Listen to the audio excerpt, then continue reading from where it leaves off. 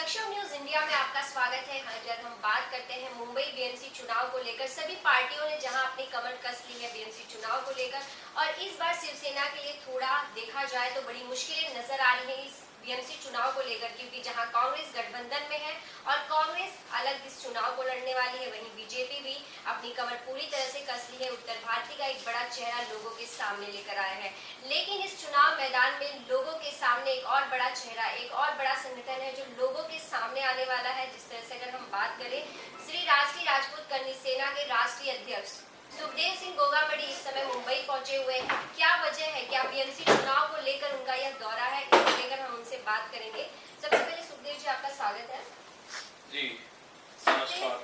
सुखदेव जी, क्या कहना चाहेंगे बीएमसी चुनाव को लेकर, जो एक लोगों ने कमर कस ली है, लोगों की तैयारी, और आपकी तरफ से भी कर्णी सेना की तरफ से भी यह बात क्लियर कर दी गई है कि बीएमसी चुनाव में आपके भी एक पार्टी होगी जिसके द्वारा यह चुनाव लड़ा जाएगा। क्या इस बात में सच्चाई है? कर्णी सेना भी चुनाव मैदान में होगी बीएमसी?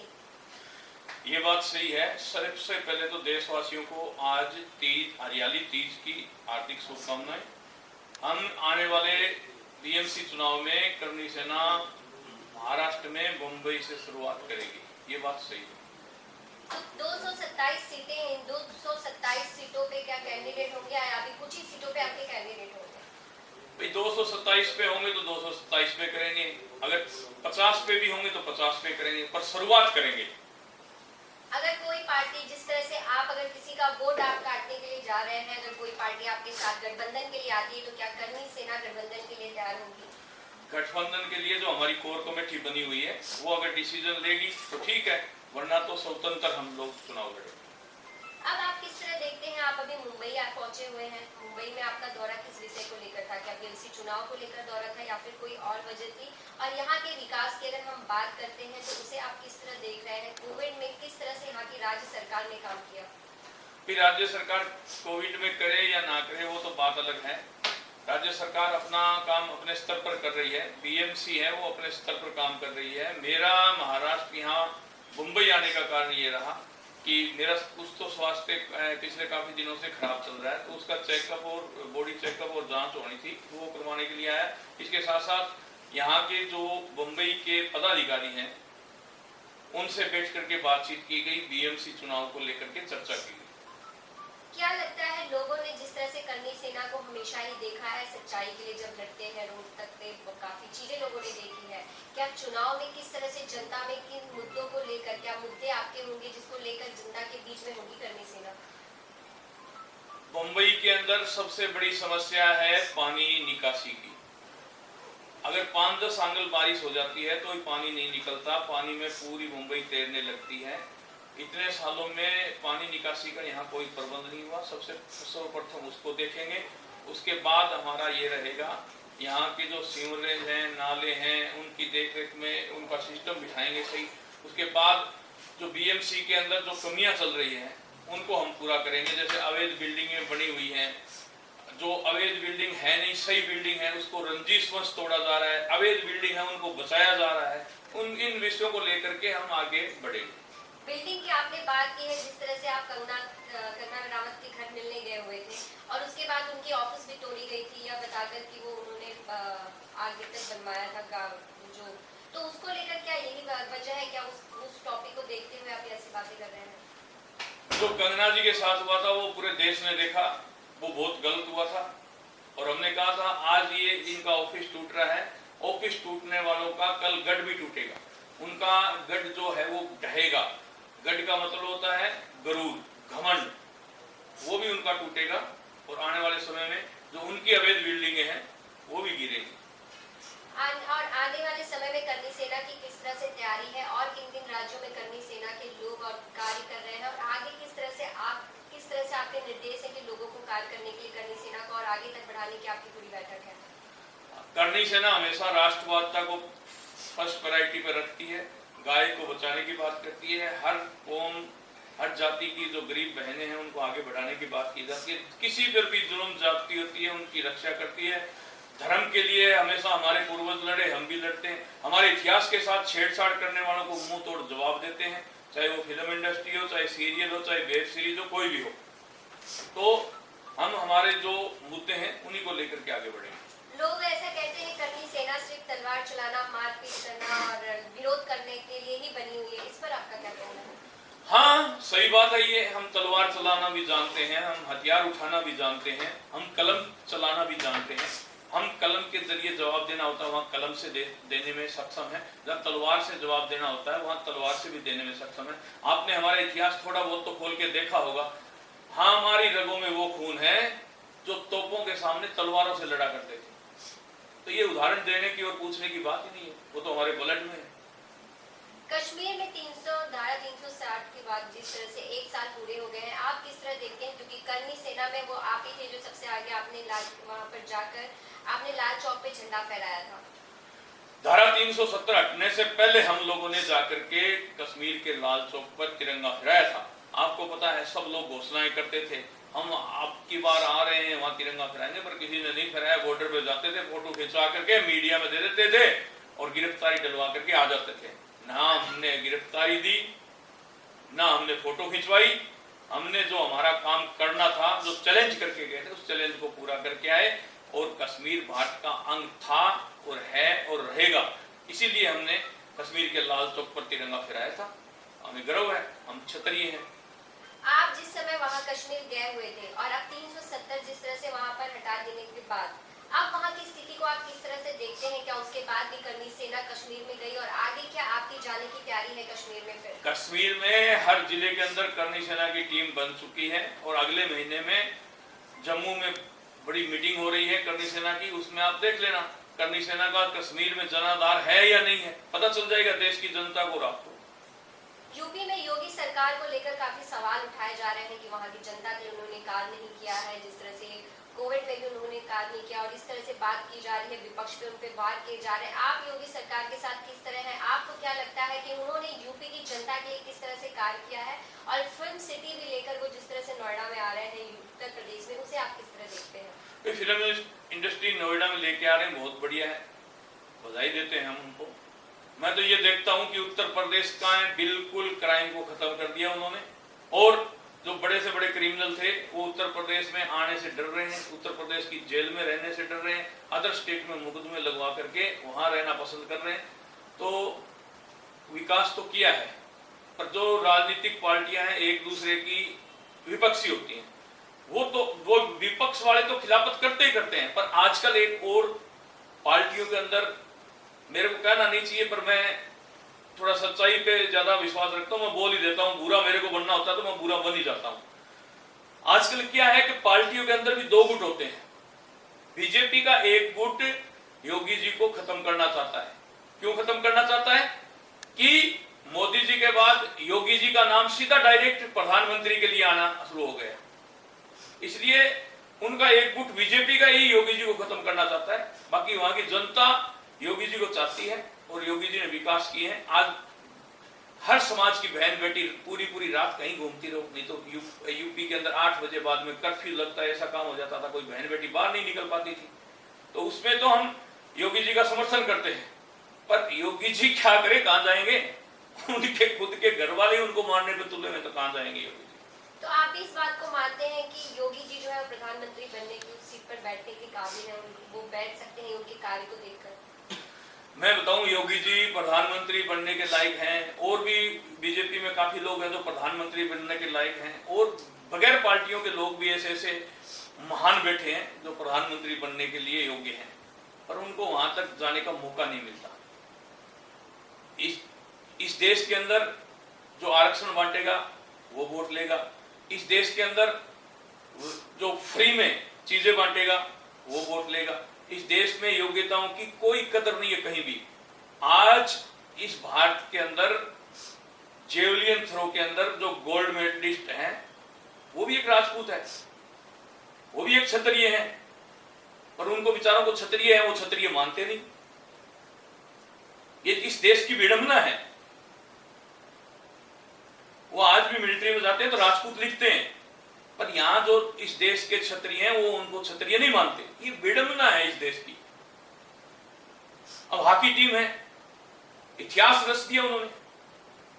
कैसे रच दिया?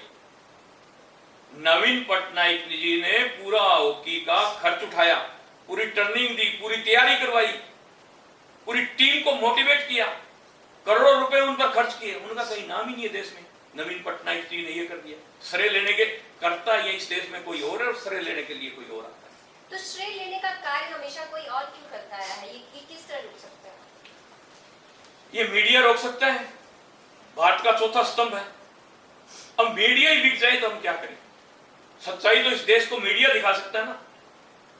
आज करनी सेना का राष्ट्रीय पेज है सुखदेव सिंह गोगामेडी, जिसको 5-10 करोड़ लोग हमेशा देखते थे। उसको बीजेपी कहूं या यूएस से कहूं या आईटी सेल, किसकी ये काम कर रही है? हमारे पेज को बिल्कुल स्लो कर दिया गया। हमारे मोबाइल, ये नेता तो रो ही रहे हैं, हमारे मोबाइलों की तो रोज डाटा चोरी होते हैं और रोज हमारे कॉल ट्रेस की जाती है। आज हम क्या कर रहे हैं, आज कहां हैं? 3 एजेंसियों ने हमारे फोन टेपिंग पे लगा रखे हैं। तो ये आरोप बीजेपी पे लग रहा है, मोदी जी पे लग रहा है। आप इस बात को मानते हैं? मोदी जी कर रहे हैं या कोई भी कर रहा है? क्यों कर रहे हैं? हम देश के नागरिक नहीं है क्या? हमें अधिकार नहीं है क्या? हम राष्ट्रवादिता का झंडा उठाते हैं, राष्ट्रवादिता की बात करते हैं। हम मरने के लिए पैदा हुए हैं क्या? आज जो बिल आया है ओबीसी का, मैं उसका स्वागत करता हूं। चलो इस ओबीसी बिल के कारण कुम्हार, लुहार, खाती, स्वामी, छिंपा, जो रावणा राजपूत है, चारण समाज है, उनको बेनिफिट मिलेगा, फायदा मिलेगा। पर इसके अंदर ऐसी जातियों को, ओबीसी के अंदर ऐसी जाति को घुसो दिया गया जो आज की सामंतवादी हैं, जो हर तरफ से आज स्ट्रॉन्ग है। उन जातियों को ओबीसी के अंदर घुसो दिया गया, तो इनका पूरा का पूरा ओबीसी का कोटा वो खा जाएंगे। इस बात का दुख है मुझे। अरे सवर्णों ने इस देश को क्या नहीं दिया? हम लोगों ने इस देश को क्या नहीं दिया? हमारे पूर्वजों ने, जो हमें कुचला जा रहा है, मारा जा रहा है। इस आरक्षण को आर्थिक आधार पे कर दो, देश को बच जाएगा। क्यों हमें जातियों में बांट करके देश के टुकड़ा करना चाहते हो? क्यों हमें जातियों में बांट करके इस देश को सत्यानाश करना चाहते हो? जो विश्व गुरु है, भारत को विश्व गुरु कहा जाता है, विश्व गुरु बनने में भारत को देर नहीं लगे। अगर ये आरक्षण की व्यवस्था आर्थिक आधार पे कर दीजिए ना, जिसकी जरूरत है उसको आरक्षण मिले। 70 साल से आरक्षण दे रहे हैं, 70 साल से आरक्षण दे रहे हैं, पर एससी एसटी के 78% लोग आज भी आरक्षण से वंचित हैं। इसमें दोषी कौन है? ये सुखदेव सिंह गोगामेडी के आंकड़े नहीं है, ये सरकार के आंकड़े हैं कि आज भी गरीबी रेखा से नीचे एससी एसटी के 78% लोग जी रहे हैं। तो उन तक आरक्षण क्यों नहीं पहुंचा? ये आरक्षण इसलिए नहीं पहुंचा कि आरक्षण की एक तो समीक्षा नहीं होती, वोट बैंक के लिए इसको बढ़ा दिया जाता है। मैं तो कहता हूं जिनको आरक्षण की एससी एसटी के भाइयों को जरूरत है उनको आरक्षण दिया जाए। सवर्ण ऐसी, जो सवर्ण भी एससी एसटी से नीचे चले गए हैं, सवर्ण आर्थिक पिछड़े जो सवर्ण है उनको भी दिया जाए। ओबीसी के जो आर्थिक पिछड़े उनको भी दिया जाए। अब ओबीसी है, उसको उसका वर्गीकरण होना चाहिए। ओबीसी का वर्गीकरण होना चाहिए। ओबीसी के अंदर दबंग जाति को घुसो दिया गया है। कुम्हार, लुहार, स्वामी, खाती, चारण, रावणा राजपूत, इनका पूरा कोटा वो खा जाएंगे दबंग। इनका नंबर ही नहीं आएगा। अभी राजस्थान का आरएस का रिजल्ट है, उसमें जाट समाज के 272 लगे हैं। कुम्हार, खाती, लुहार, छिंपा, रावणा राजपूत, चारण कितने के लगे? उनका पूरा कोटा खा गए। तो मेरा यह कहना है ओबीसी का वर्गीकरण किया जाए। हमें यह दिक्कत नहीं कि ओबीसी को आरक्षण दे दिया, आरक्षण दो, पर सामंतवादियों को क्यों दे रहे हो? जो इस देश के अंदर कहते हैं हमसे बड़ा कोई नहीं, उनको आरक्षण क्यों दे रहे हो? तो ये आरक्षण की लड़ाई आपने शुरू से ही लड़ी है लोगों के लिए, तो क्या ये आपकी हमेशा आगे भी जारी रहेगी? अरे आरक्षण की लड़ाई लड़ी है, 10% आरक्षण लिया ना हमने। सरकार की नाक में नकेल डाल के लिया, कोई भीख मांग के नहीं लिया। उससे हजारों भाई बहन मेरे लग रहे हैं, मुझे खुशी होती है, उनकी दुआएं मिलती है मुझे कि हमारा भाई आए। एक कोई तो हमारा भाई एक आया जिसने लड़के सवर्ण कास्ट को, जो ईडब्ल्यूएस का आरक्षण दिलवाया, सवर्ण आर्थिक पिछड़ों को, कोई भाई तो आया जिसने लड़के ये दिलवाया। लड़ाइयां लड़ी है, दिन रात लगा रहा, तभी तो आज मेरा स्वास्थ्य खराब चल रहा है, तभी तो मुझे आज जांचें करवानी पड़ रही है। पर आज मेरे भाई बहन हजारों उस 10% की वजह से भर्ती होते हैं ना, तो मेरा दिल बागों बाग हो जाता है। सुखदेव जी, आरक्षण हो या फिर अपने हिस्ट्री के साथ खिलवाड़ किया जाए, उस पर हमेशा ही आप सबसे पहले आगे आकर आपने आवाज उठाई है। अभी आपने बताया कि आपका स्वास्थ्य खराब चल रहा है, तो क्या लोगों के मन से वो डर ना खत्म हो जाए कि हिस्ट्री को लेकर या जो भी वो खिलवाड़ करते आए वो उनका खिलवाड़ नहीं करेंगे तो सुखदेव जी गोगामड़ी आगे नहीं आएंगे? देखो, ऐसी बात नहीं है। जब बात आती है इतिहास की, बात आती है इतिहास के साथ खिलवाड़ की, तो सुखदेव सिंह एक बार मुर्दा है ना, तो भी उसके अंदर जान आ जाएगी, खड़ा हो जाएगा, और इतिहास के साथ छेड़छाड़ नहीं करने देंगे इन दरिंदों को। और जो इतिहास के साथ छेड़छाड़ करेंगे ना, उसकी हिस्ट्री चेंज कर देंगे, उसकी हिस्ट्री बदल देंगे। जिस तरह से राजपूत जो है, राजपूतों में जो प्रतिभाएं हैं कहीं ना कहीं उन्हें पीछे कर दिया जाता है, उनकी प्रतिभाओं को नहीं दिखाया जाता, आपने इस बात को कही है, तो आप किस तरह से जो प्रतिभा है बच्चों में हो या जो भी लोग हैं राजपूत हैं, उनको लेकर किस तरह से राष्ट्रीय राजपूत करनी सेना उन्हें ऊपर लाने का काम करेगी, उनकी प्रतिभाओं को लोगों के सामने लाने के लिए किस तरह से काम कर रही है? हमने उनको मंच दिया है, मंच के द्वारा हम युवा नेता तैयार कर रहे हैं। युवा नेता बनकर के आओ ना। ये राजनीतिक पार्टी है, तो कोई युवा नेता बनता है तो उसको दबाते हैं, कुचलते हैं। हम तो कह रहे हैं युवा नेता बन के आओ ना आगे, इनको टक्कर दो ना। युवा नेता पैदा कर रहा हूं, मैंने मंच दिया है सबको। और करनी सेना जल्द ही जो बेरोजगार युवा है उनको रोजगार देना भी शुरू करेगी। उसके ऊपर एक बड़ी मुहिम हमारी चल रही है, हमने हमारी एक टीम लगा रखी है, उस टीम काम कर रही है और जल्द ही उनको रोजगार देंगे। और बहन बेटियों के रोजगार के लिए हमने काम शुरू कर दिया है और उसको थोड़ी और गति पकड़ाएंगे। तो युवाओं के लिए मंच, करनी सेना का मंच इसीलिए बनाया गया है, युवाओं को आगे आए, आगे बढ़े। कल कोविड का थर्ड वेव आने वाला है, इसको लेकर आपकी क्या अपील होगी लोगों से? कितना ध्यान देना अभी भी जरूरी है और आपको क्या लगता है अभी भी डर है? ये कोविड थर्ड आने वाला है, सेकंड आने वाला है, 5वां आने वाला है, 8वां आने, 10वां आने वाला है, क्यों नहीं रोक पाते? जब इनको इतना पता चलता है ये थर्ड आने वाला है, तो इसको क्यों नहीं रोकने के लिए सक्षम है? क्यों रोकने में सक्षम नहीं? यहाँ की भारत की प्रतिभा है, वो तो विदेशों में जाके बैठी है। यहाँ के जो टॉप डॉक्टर हैं वो सारे विदेशों में चले गए आरक्षण की मार की वजह से। मैं ये नहीं कहता जिनको आरक्षण दे रखा है उनको क्यों दे रखा, मैं कह रहा हूं उनको और दो, पर उनको सक्षम तो बनाओ, उनको पैरे में तो खड़ा करो। आरक्षण देना तो उनको शिक्षा में, उनको आप वजीफा दो, शिक्षा में पढ़ा करके मजबूत बनाओ ना, उनको शिक्षित बन करके। आप ये क्यों कर रहे हो? 0 नंबर वाले को डॉक्टर बना रहे हो, 85% वाले को बिठा रहे हो अलग, और 5, 10 number, 37 number, 30 number, 28 number, 13 number लाने वाले को आप डॉक्टर बना रहे हो। तो कहां से बीमारी रुकेगी? थर्ड नहीं, 8वीं भी आएगी, 9वीं भी आएगी, 7वीं भी बार आएगा। इनको पहले पता चल जाता है कोरोना का थर्ड आने वाला है, तो इनको ये पता नहीं कि ये आ कहां से रहा है, किस चीज से पैदा हो रहा है, उस चीज को ही मार दो ना। तो इसे बढ़ाने का काम किया जा रहा है, इसका बढ़ाने का काम किया जा रहा है, जनता को बेवकूफ बनाया जा रहा है। 5 साल निकल जाएंगे, कोरोना में 5 साल निकल जाएंगे, चुनाव आ जाएंगे, जनता को मार दिया। जनता के पास, किसी के पास लिक्विड छोड़ा ही नहीं, कैश तो छोड़ा ही नहीं इन्होंने। कैश तो आज अडानी अंबानी के पास चला गया इस देश का पूरा। बचे कृषि प्रधान देश। किस चीज का कृषि प्रधान देश है ये? किस चीज का कृषि प्रधान देश है ये? किसान को बीजने के लिए लोन चाहिए, किसान को दवाई छिड़कने के लिए लोन चाहिए, किसान को फसल काटने के लिए लोन चाहिए। किस चीज का? इस देश का किसान सक्षम ही नहीं है। किस चीज का कृषि प्रधान देश है? मार दिया किसानों को इन्होंने। किसान धरना प्रदर्शन पे लगातार बैठे हैं, अब 9 महीने 10 महीने होने जा रहे हैं, लेकिन करनी सेना या सुखदेव सिंह उनके बीच नहीं है, क्या वजह है? उनके बीच जाने से फायदा क्या है? फोटो खिंचवानी है क्या मुझे? फोटो खिंचवा के न्यूज डलानी है क्या सुखदेव सिंह किसानों के साथ? हम दिल से और जमीन से काम करते हैं। हम देख रहे हैं कौन क्या है बिके हुए, कौन नेता कहां बिके हुए हैं। लेकिन जरूरत पड़ी तो क्या सुखदेव जी होंगे कि उनके बीच जाएंगे अगर जरूरत पड़ती है? अरे हम तो किसानों के तो बेटे हैं, हम कौन से धन्ना सेठों के बेटे हैं? हम किसानों के बेटे हैं। हम उस क्षेत्र से आते हैं जहां गंगा सिंह जी ने अंग्रेजों के टाइम में नहर लिया थे। जब नहर के बारे में, पानी के बारे में सोच ही नहीं थी सरकारों की, उस समय राजा गंगा सिंह बीकानेर, पंजाब से, हिमाचल से नहर को बंद करके राजस्थान के लिए पानी ले आए थे। किसानों के हितैषी तो वो थे, उनकी कहीं चर्चा ही नहीं होती, उनका कहीं नाम ही नहीं लिया जाता। किसानों के ऊपर भी एक जाति ने कब्जा कर रखा है। किसान का मतलब एक जाति।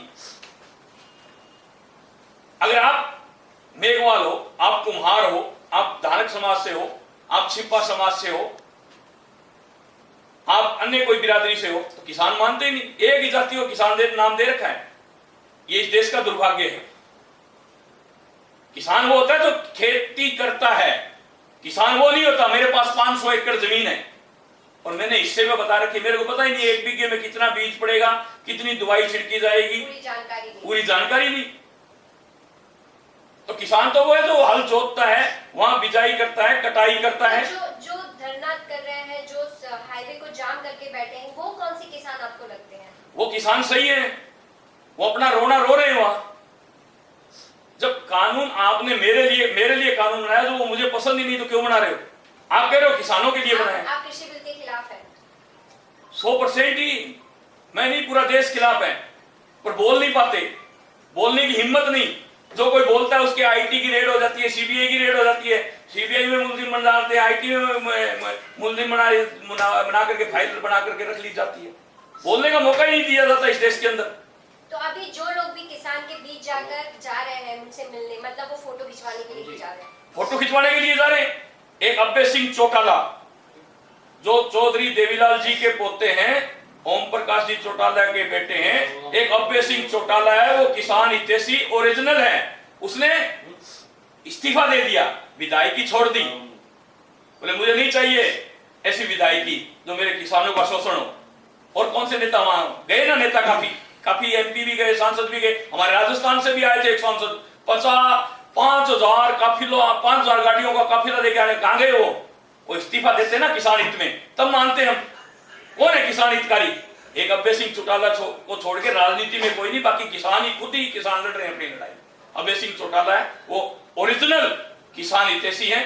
उन्होंने चौधरी देवीलाल जी जो आज हमारे बीच नहीं है, इस देश के अन्नदाताओं के भगवान थे चौधरी देवीलाल जी, उनके पोते अभय सिंह जी चौटाला एक ऐसे नेता हैं जिन्होंने किसानों के हित में अपने विधायकी को लात मार दी।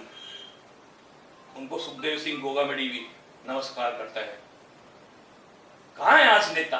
वहां तो नेता बनने के लिए जाते हैं, किसान आंदोलन में खड़े हो गए, हाँ जिंदाबाद जिंदाबाद, मुर्दाबाद मुर्दाबाद। हाँ भाई, मैं किसानों की लड़ाई लड़ी थी, मुझे वोट दे दो, मुझे विधायक बना दो, ऐसे लोग जाते हैं वहां। वोटों की राजनीति चल रही है। वोटों की राजनीति चल रही है। ओरिजिनल किसान है बेचारे, वो तो बैठे हैं, सैकड़ों तो वहां शहादत दे दी उन्होंने, शहीद हो गए, वो है ओरिजिनल किसान। आपका बहुत बहुत धन्यवाद सुखदेव जी हमारे साथ बात करने के लिए। जिस तरह से आपने देखा कि करनी सेना पहले जो इतिहास के साथ जो भी खिलवाड़ किया गया उसके लिए लड़ाई लड़ी, लेकिन अब युवाओं के लिए एक प्लेटफॉर्म भी तैयार किया गया, युवा नेताओं के लिए, जिस तरह से सुखदेव गोगामेडी ने इस बात को बताया। और वहीं साथ ही किसानों के साथ श्री राष्ट्रीय राजपूत करनी सेना खड़ी है, लेकिन फोटो नहीं खिंचवाने है इसलिए वह उनके बीच नहीं जा रही है। बस आप हमारे साथ यहीं बने रहिए। आगे और भी खबरों के लिए सहयोगी नीरज के साथ मैं शालिनी सिंह, सक्षम न्यूज इंडिया, मुंबई।